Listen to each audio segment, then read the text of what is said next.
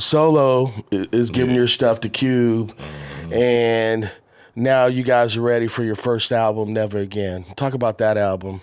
Yeah, Never Again. Like like Cube knew my my style or my theme or my image at that point was kind of like NOI-based. He knew I was freshly a member of the Nation of Islam, and it's a military, it's an army, or whatever. But he knew I was from these LA East Side streets, so I was a good ally for him, just like he was a great ally for me in this music thing. I never really questioned whatever his hood. I know he was from 111 and he had some 111s, you know what I'm saying, backing him up. But I never really got into that because my thing was more at that time. I had went through so much recognizing how the real enemy, this white supremacist system was on me, and I already had physically did certain things to me. I'd already got abused and did, got charged with attempted murder on the police and all of that. And and I had to, I was in jail under an alias and all of that. And, Celeste King back in the day, rest in peace, bailed me out, but I still was under. So it was a lot of stuff that I can't really talk about even right now, but that's what led me to take a certain position that I took. Cube recognized that I would be a intelligent ally. Like I wasn't reckless or nothing like that. I was intelligent. I'm really from where I'm from and all of that. But I was on a different page. I wasn't on no Blood and Crip page at that point. Yeah, I was on a Real Enemy because a Real Enemy had violated me. You know what I'm saying? So I was keyed in on that. You know what I'm saying? So, and I know I couldn't outgun him, so I was learning, like my older brother, Ruben Muhammad, like he was going to USC, he was in the Navy, he was in the military. He the one turned me on to this whole Nation of Islam stuff in the first place because he was in the Navy and then they gave him a scholarship to USC and while he was going to USC, some brothers used to visit the campus and going to the Black Student Union and give tapes and selling tapes and papers or whatever. That's what actually kind of woke me up to certain concepts. I already was thinking that seeing certain things going on in society, but once he got involved, he used to bring tapes of Minister Farrakhan home, and since it was like 3 generations of us, it's like 8 people in one house. So if he playing a DVD, I had to hear it. Like I was like, man, I'll turn that shit off. I don't want to hear that shit. Like, you know what I'm saying? But it was drilling on me while I was trying to sleep, and it made a whole lot of sense.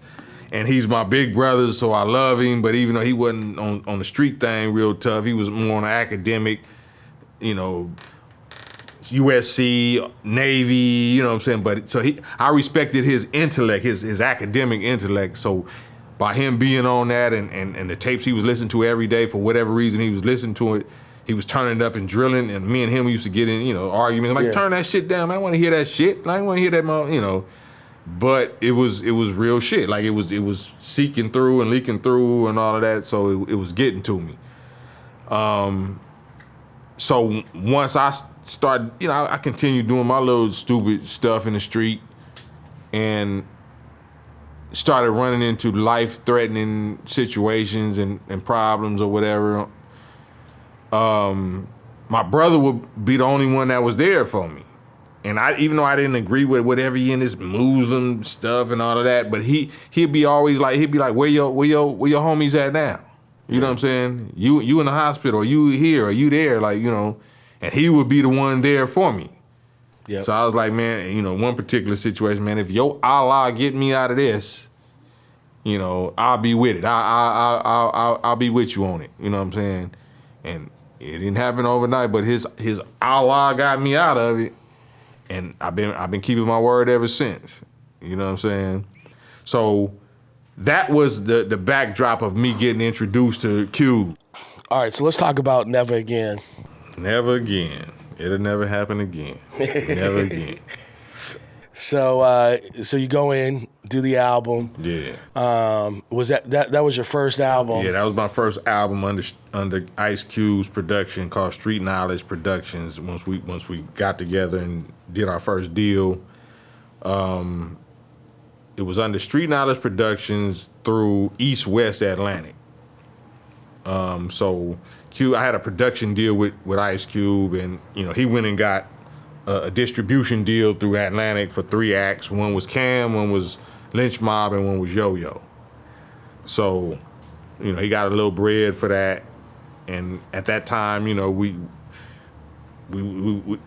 a deal was like $300,000 per act. 100 for your pocket, 100 for album production, and 100 for marketing and promotion. So each act basically was 300 a piece. 300 for KAM, 300 for Yo-Yo, 300 for the Lynch Mob. So, and by him being Cube, like he can get 1 point something, he can get $1.5 million for it. So he gonna put that extra in his pocket, and that's a good deal. Like, you know what I'm saying? Yeah. You Cube, you know what I'm saying? You was able to go get that more than we would have been able to get for ourselves. So that was an understanding. So that's how that business relationship started. So Never Again album that came out in 1993, the first single was Peace Treaty. That was dealing with the gang truce following the Rodney King verdict in the uprising in 92. So I wrote it before that even happened, but because of the record industry, it take months or whatever before it get marketed and set up. So by the time the record came out, the actual riot happened. You know what I'm saying? The actual gang truce happened. So I kind of updated some lyrics, that was like past tense, like it had already happened. But I wrote that record and I wrote Watts Riot with Q before all that ever happened. Oh, wow. Wow. So, like, and I was telling you early on, Still Got Love for Him is like one of my favorite.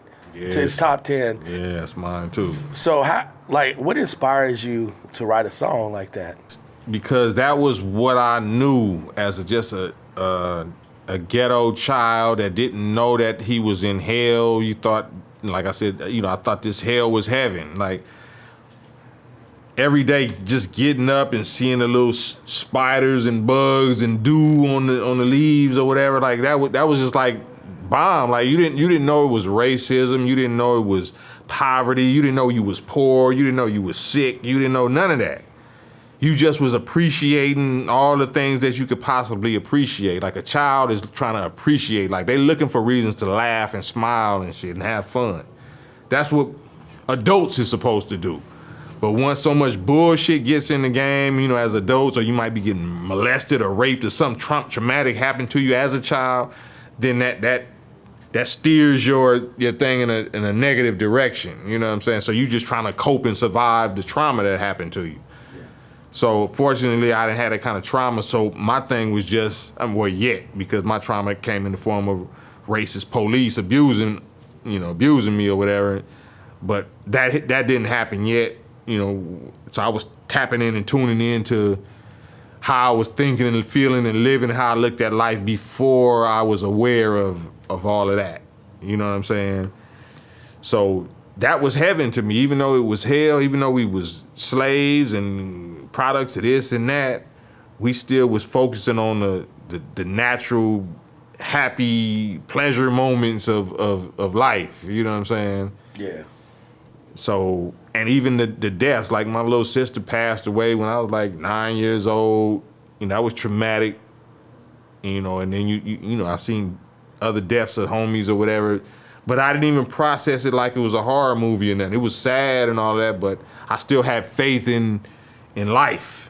You know what I'm saying? I had faith in society or whatever until I learned later on, like, oh no, white supremacist society is not interested in your survival. You know what I'm saying? So I had to adjust to that. It's like being born in Iraq or Afghanistan or something. I just want to be a child, but it's war. I'm born in the middle of war, so I gotta adjust to my mind. Okay, I gotta be able to murder somebody or you know what I'm saying. Yeah. So that's how that went.